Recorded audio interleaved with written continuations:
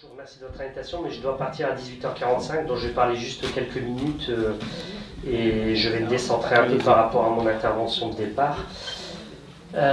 Donc il était prévu que j'évoque les modes de structuration des frères musulmans en France, mais je vais aborder un sujet un peu plus global, parce que là en quelques minutes ça sera absolument pas possible.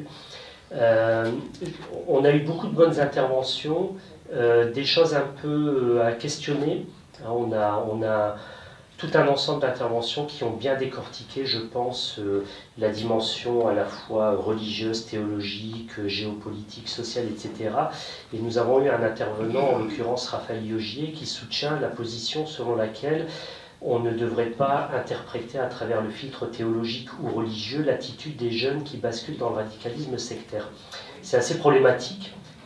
Parce que je pense qu'on est dans la sociologie de l'immédiateté qui propose des catégories de compréhension du monde qui sont trop changeantes puisqu'on n'a pas suffisamment de recul profond.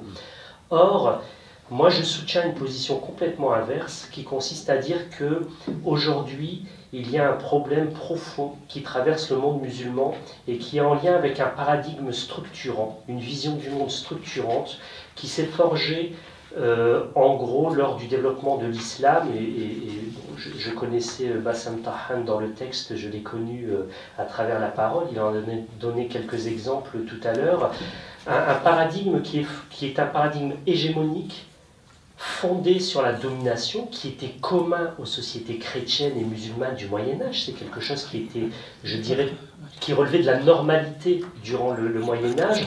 Or, il y a eu une rupture épistémologique dans le monde chrétien que n'a pas connu le monde musulman et qui structure encore aujourd'hui, qui transcende, je dirais, les appartenances de groupe. Donc on peut faire toutes les typologies que l'on veut, salafistes, wahhabites, frères musulmans, tablirs, etc.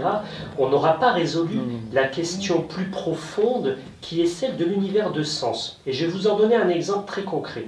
J'ai fait un exercice très simple. Monsieur Vernouchet tout à l'heure a cité un verset du Coran, le verset 256 de la sourate Al-Baqarah, de la sourate de la vache, qui affirme qu'il n'y a point de contrainte en religion. Or, dans toutes les exégèses quasiment, hormis peut-être l'approche mu'tazilite qui a été précitée, celle de Zamakshari dans son tafsir, dans son exégèse coranique Al-Kashaf, Zamakshari, donc de l'école mu'tazilite, considère qu'on ne peut pas imposer la religion, la foi par la force. Dans toutes les autres exégèses, quasiment, on trouve on va dire une déclinaison des moyens d'utiliser la coercition pour imposer non seulement la foi, mais au-delà de la foi, pour pacifier l'environnement. Car on considère que même si l'autre, je ne peux pas le contraindre à entrer dans mon système de croyance, je dois le contraindre à se conformer à un modèle de société que j'aurais choisi, en l'occurrence si je suis le théologien, etc. Vous imaginez bien que je ne peux pas développer ce point car ce serait beaucoup trop long.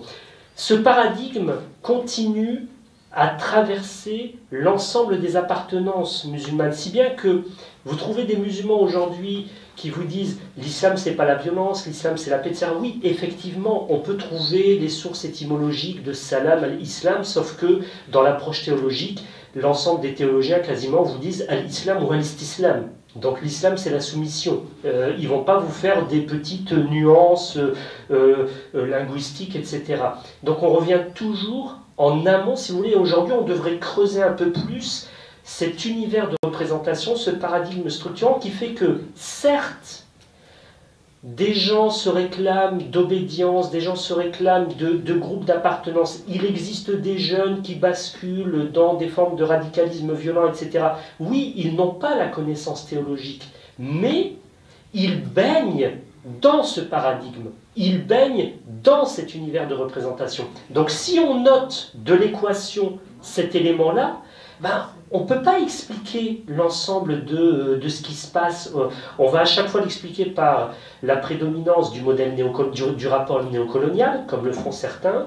On va faire prédominer la dimension sociale ou alors une société qui est fondamentalement en questionnement, etc., qui n'a pas résolu un certain nombre de problèmes liés à la prise en compte de sa composante musulmane. Certes, c'est très bien, c'est un modèle explicatif qui est cohérent en soi, mais dans sa dimension heuristique, c'est-à-dire dans sa valeur scientifique, il ne pourra pas résoudre ce problème profond qui traverse les sociétés musulmanes. Et comme l'a dit M. Taham tout à l'heure, on peut parler d'Al-Azhar, on peut parler...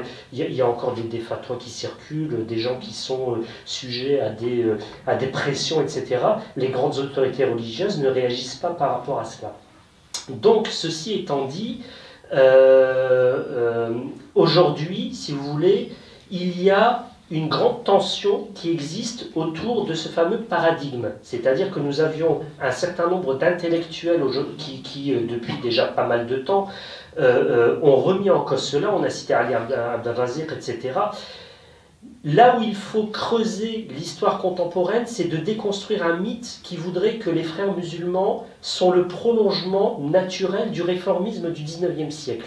Donc on parle beaucoup de la trilogie, Al-Afrani, Abdou, Rida, ensuite le passage à la prédication structurée des frères musulmans. Déjà, il faudrait déconstruire ce mythe, ce qui relève, on va dire, d'une construction. L'un de ceux qui ont contribué à construire cela, c'est Tariq Ramadan dans sa thèse de doctorat, lorsqu'il il propose cette filiation. Je ne remets pas en cause le personnage, bien entendu, mais cette construction théorique qui doit être questionnée, ça c'est déjà un premier point qu'il faudrait déconstruire. Et au-delà de cela, il faut reprendre l'histoire contemporaine pour voir quelles sont les tensions en force, parce que dans le modèle explicatif de Raphaël Yogier, comme dans celui qu'avait construit Vincent Gesser auparavant, et dans ceux qui ont été construits par Alain Grèche, etc., on trouve toute une littérature qui, quelque part, fait des musulmans des éternels groupes de personnes qui sont sous le joug du dominant. Or, ce sont des êtres actifs. Les frères musulmans, Olivier Roy a parlé de l'échec de l'islam politique, oui, certes, mais c'est un échec dans la structuration, c'est un échec dans la mise en œuvre, mais dans la diffusion d'une pensée, je veux dire, on parle de la littérature wahhabite, etc., de la résurgence, on devrait questionner le rôle des frères musulmans dans la massification de l'accès au savoir au début du XXe siècle, le développement des bibliothèques, les éditions de livres, etc. Ils ont quand même contribué au développement de toute une littérature. Ils ont contribué au développement de toute une vision du monde. Encore ici en France, les frères musulmans français se questionnaient encore il y a quelques années sur la participation politique de la femme musulmane.